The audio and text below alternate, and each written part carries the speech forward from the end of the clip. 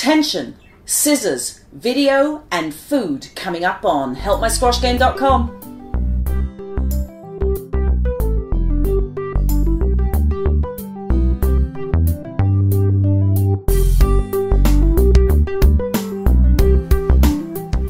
Hi, this is Barb Cooper from helpmysquashgame.com, and today I want to talk to you about tension.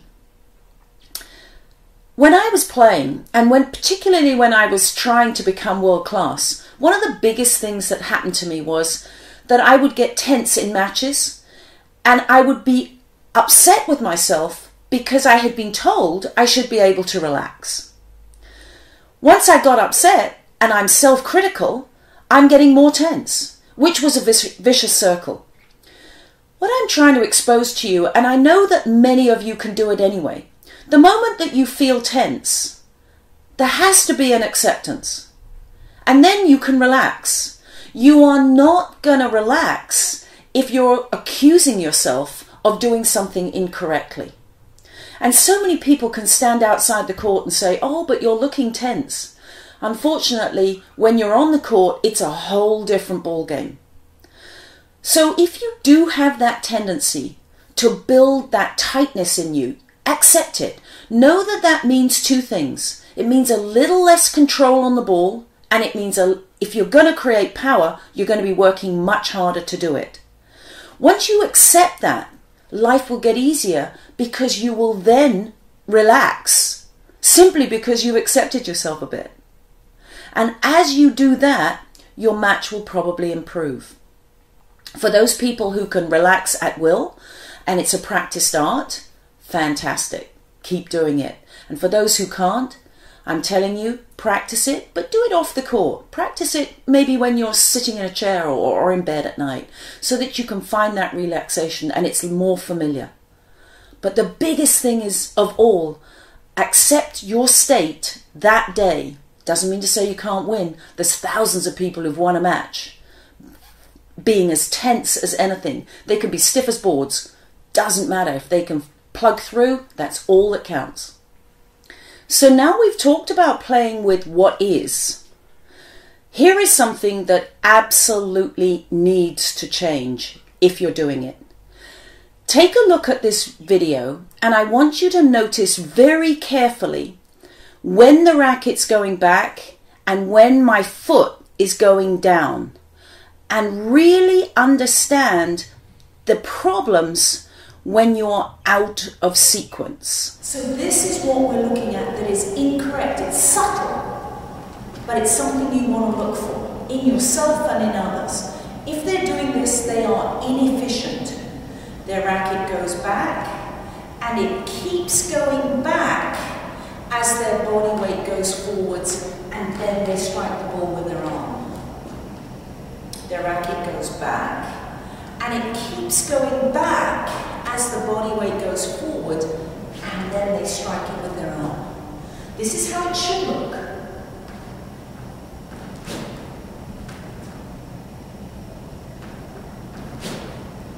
So the racket should stop at the end of the backswing, pause a minute, and as your body weight comes forward, so your racket comes down and hits through the ball. This will happen much more likely to do what I call open scissors. This, when you're playing a forehand rather than a backhand. Watch it again. Watch for this. Your foot's going down and your racket's back. You really want your racket back and then your foot and racket moving in the same direction at the same time. I hope that helps. So now you can see the use of knowing how you actually hit the ball and what your sequence is. I'm begging you, if you've never seen yourself hit a squash ball, get video. It's so simple now. The technology means that you can video it on your iPhone, on your iPad. Somebody's going to have a camera. Really look at what's going on. There's thousands of apps out there that will be able to get you to compare your stroke with somebody else's. But I need you to look at it. And I'll tell you a story. When I was coaching the national team, the first time we used video, which was years ago, it was cumbersome. And I can tell you, the athletes, one of the athletes actually said, "Oh my God, I've got such fat knees." Now that's not what you're looking for. You're looking for the nuances of how you hit the ball, what your timing's like, where you put your foot down, where the ball goes, whether you look balanced, because all of that stuff is going to make a difference to your game. If you're out of sequence and unbalanced, all it means is you're making your opponent better than they really are. So get that video, have a look at yourself, and really pay attention to the details. And now it's time for Ask Barb. And the question coming in was, what's the best diet pre-tournament? Great question. Most people don't think of those sort of things. And the biggest answer I can give you is, you have to balance your diet with your training. So what that means is, if you're doing a lot of hard training, obviously you're going to up the carbs and the protein. You've always got to make sure the calories in are going to match your output.